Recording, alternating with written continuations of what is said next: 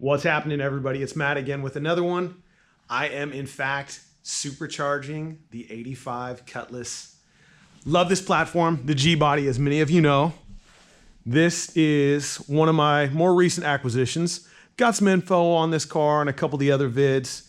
Like I said, it's an 85 Cutlass Supreme, the two-door, obviously.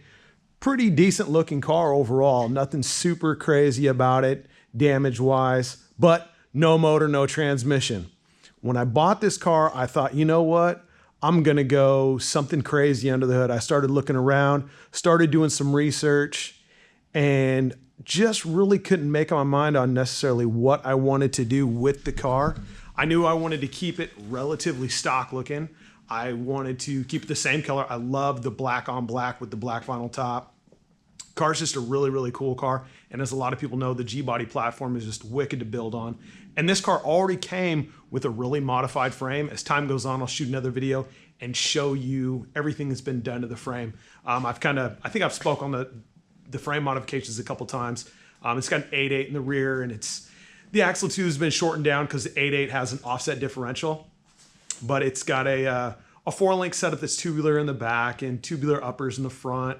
And just all the necessary goodies that people would put on the G-Bodies to help them to handle being a go-fast car. I wanted to keep this project on the cheap.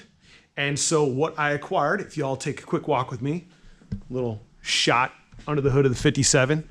I know some of y'all can appreciate that. I've done some info on that car a few times. So we're gonna take a quick walk into the other garage. Some of my bike junk on the side of the shop. So we're in here. Now this is the new one. This is, just shut this door so I have a crazy light on. My 06 STS-V.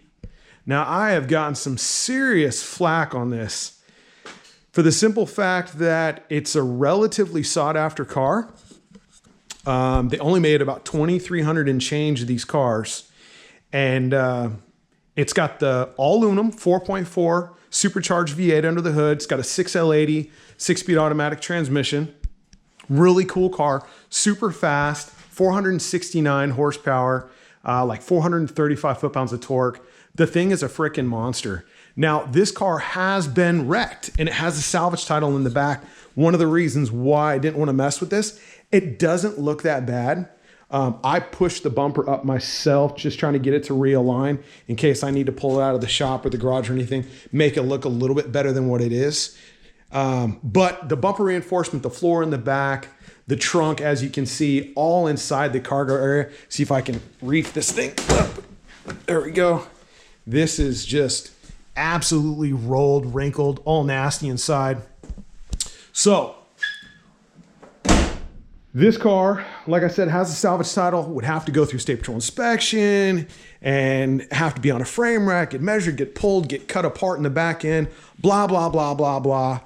I just don't feel like it's worth it. I know that's my opinion. Not everybody necessarily agrees with my opinion on this, but I'm gonna yank this motor and transmission out. Now, the cool thing about this, for some of you that may have been around in the Cahoots days back on Facebook, I did a car about 6-8 years ago maybe, and I had everybody follow me online, and I called it the Hearst by the First. Now, I will back up a second and say, just so I don't kind of bait everybody into thinking I'm doing something super crazy fast, not necessarily exactly the same with the Hearst. I literally tried to get a car pretty much all done.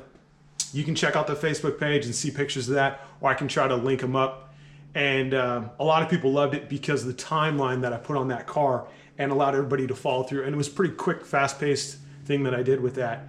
I plan on taking this motor and transmission out of here, and I'm going to try to get the swap done in under 90 days. Now, that might go way faster. It might go 35, it might go 50, it might go 75. Now, I know in the world of social networking, social media, YouTube, all that cool stuff, 90 days is a long time, but I'm gonna try to do a lot of updates and show everybody what's going on with this. That 90 days will start when the wagon is running and driving, because this summer season I really got to get out with the club and do a lot more events with that. But once that is running and driving on the streets and I get all those bugs worked out, which we're always working out bugs on that thing, I will announce to everybody that I'm going to be video profiling this whole entire thing, doing some great vlogs on this, giving as much information to everybody as I possibly can about this thing. And yeah, just hopefully everybody can kind of follow with me on that and check it out. Once again, it's an 06 STS-V 4.4 liter all aluminum, 469 horse, about 430, 435 foot-pounds of torque. It's nasty. It's a fun car.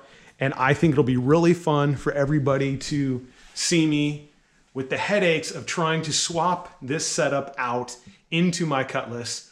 I can't find anybody that's done anything like this. If you know somebody that's done this swap, let me know. I've heard some mythical tales, I guess you could say, about it possibly being swapped into a sandrail. I've also heard of people swapping the North Star motor into a couple G bodies. I believe they were Monte Carlos. But remember, even though this motor is technically called the North Star, this is a completely different animal. These are hand-assembled motors. These are 4.4 liter. You know, obviously it's got a smaller diameter on the pistons. It is not the 4.6. It is not the problematic head gasket issued cars that came in the early mid-90s. From what I've been told, these were significantly updated, upgraded, just better everything in general in the late 90s. And then of course, by the time they hit 2006, when this came out, the 4.4 was just a beast.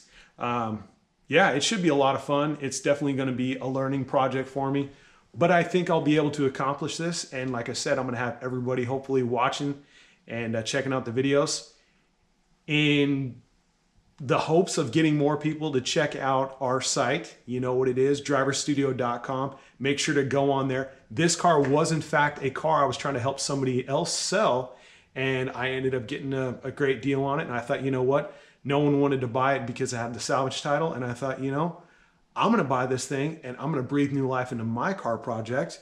And hopefully at the same time, getting some people some awesome parts off a really, you know, relatively rare car. So thanks for checking out the video today. I hope you're intrigued. I am. I think it's going to be a lot of fun.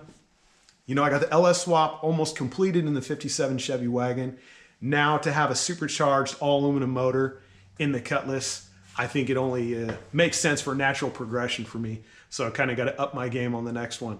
But thanks again, everybody. Remember, check us out online, driverstudio.com. Hit me up on Facebook. Hit me up on Instagram. Check us out on YouTube. Like, subscribe.